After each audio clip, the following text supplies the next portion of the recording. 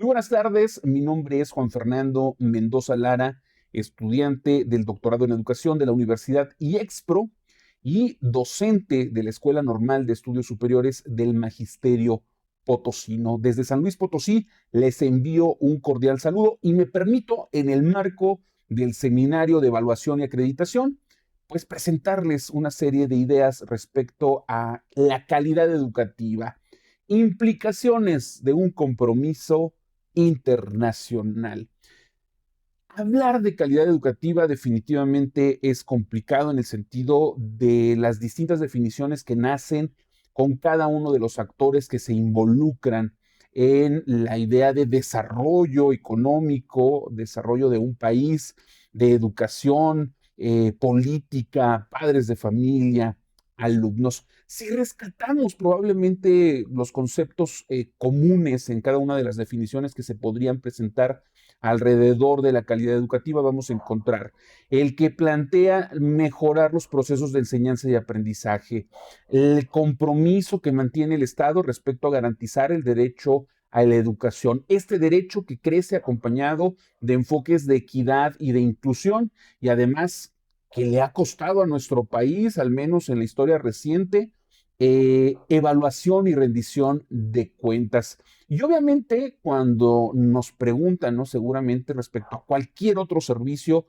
cuando estamos hablando de calidad, siempre lo vamos a atravesar por conceptos relacionados a la eficiencia, a la productividad y a los resultados. Y justamente en este sentido viene la primera pregunta, que es, ¿qué significa hablar de calidad educativa y quiénes han definido históricamente este concepto en América Latina? ¿Por qué me llama la atención el hecho de plantear que la calidad educativa tiene que ver con productividad y resultados? Y es que el concepto de calidad en general, cuando hablamos de productividad y de resultados, ¿a qué nos podemos referir cuando analizamos el concepto de calidad y lo relacionamos con educación?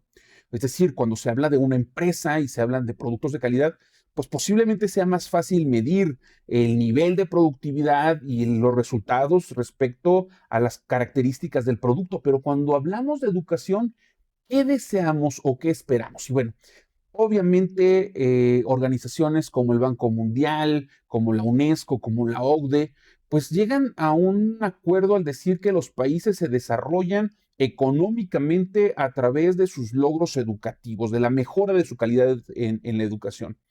Obviamente, independientemente de que los países tengan pues, perspectivas sociales, pedagógicas, pues siempre se plantean y se rescatan el asunto del derecho a la educación, la equidad, la inclusión y la formación integral. Sin embargo, bueno, por ejemplo, en nuestro país, pues estas tareas pues, han asumido posiblemente en algunos momentos de la historia acciones erróneas, ¿no? Respecto o mal enfocadas respecto a cómo lograr esa calidad educativa. La pregunta número dos dice, ¿de qué manera México ha incorporado el compromiso de la calidad educativa en sus reformas políticas e instituciones?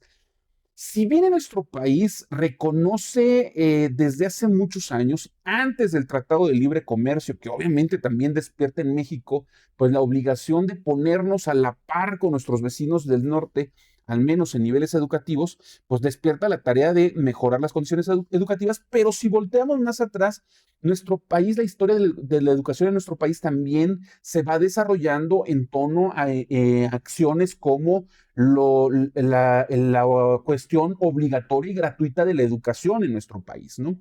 Como una forma de atender pues a todas las personas en la diversidad de nuestro país para poder garantizar este derecho. Los libros de texto gratuito, cómo se crea y se fortalece la Secretaría de Educación Pública, nace también la educación indígena, programas compensatorios, el famoso CONAFE, la ampliación de la escolaridad obligatoria, la evaluación educativa, becas, programas de inclusión y reformas curriculares e institucionales. El país responde en distintos momentos de su historia a estas necesidades que se sienten, ¿no? Desde la realidad de un país que está creciendo y otras que son demandadas desde el exterior. ¿Qué avances y límites presenta México en la búsqueda de una educación de calidad con equidad? ¿Qué hemos logrado en la historia de nuestro país? Un mayor acceso a la educación, más años de escolaridad, programas de apoyo para poblaciones marginadas, se reconoce obviamente a la equidad como prioridad educativa, ¿no? Pero, ¿qué nos falta? ¿Qué no hemos logrado? ¿Dónde se encuentran las barreras que no nos permiten alcanzar la calidad educativa? Hay una brecha sentida, visible, real, histórica entre zonas urbanas y zonas rurales, entre zonas indígenas y no indígenas, entre escuelas públicas y privadas, infraestructura, recursos, y hay que tener cuidado, obviamente, en esta situación. Pregunta número 4, ¿cómo impacta el discurso de la calidad educativa en las prácticas docentes, la evaluación y las condiciones laborales del magisterio? Muy probablemente muchas de estas acciones que ha tomado nuestro país, al menos, por ejemplo, con la mal llamada reforma educativa, que era un asunto de utilizar la evaluación como una forma de control, una manera punitiva pues de generar condiciones desfavorables para los docentes, que partía de la realidad que no se planteó las diferencias entre los contextos de los profesores, ¿no? El profesor quedó en el centro como culpable de la baja calidad educativa. Es decir, si el país se evaluó y salió mal evaluado, ¿quién tenía la culpa? El maestro. Esas condiciones, pues obviamente, pues han generado que pues el docente sea el actor central para mejorar, pero lamentablemente con una mira sobre la espalda que generó que obviamente cuando salía mal evaluado, cuando se equivocaba, no se planteara su capacitación o su formación, sino al contrario, ¿no? Que se le quitara del sistema. Obviamente lo convierten en un sujeto permanente de evaluación sin voltear a ver los otros factores alrededor de la calidad educativa que también intervienen para pues, mejorar las condiciones. Aumentaron entonces las exigencias administrativas y entonces el docente se encuentra entre la espada y la pared, entre buscar espacios para mejorar su trabajo a nivel pedagógico o responder a las demandas administrativas, ¿no? Y obviamente pues se vinculó el desempeño del maestro con su permanencia, promoción, con los incentivos. Que esto, pues lejos de generar obviamente motivación, pues generó obviamente pues condiciones desiguales porque no era la realidad, no era una realidad común ni de formación, ni de trabajo, ni de capacitación, ni de necesidades reales de docentes de todo el largo y ancho del país que fueron evaluados bajo la misma regla. Y obviamente pues se generó presión, incertidumbre y por lo tanto la precarización laboral. Pregunta número 5. ¿Cómo podría resignificarse la calidad educativa desde una perspectiva crítica, pedagógica y socialmente justa? Pues primero hay que plantear obviamente que la calidad educativa debe considerar, obviamente, que se parta desde aprendizajes significativos. ¿Para qué aprenden nuestros alumnos? ¿Qué queremos que aprendan? ¿Qué queremos del alumno que egresa de primaria, de secundaria, de bachillerato o aquel que llega a la universidad? Obviamente, no hay que dejar de lado la inclusión y la equidad. Además, obviamente, por rescatar cuestiones culturales, contextuales, que los niños se sigan sintiendo y reconociendo como parte de nuestro país, independientemente de que se preparen también para ser en algún momento y en algunas condiciones y bajo algunas condiciones, pues ciudadanos del mundo.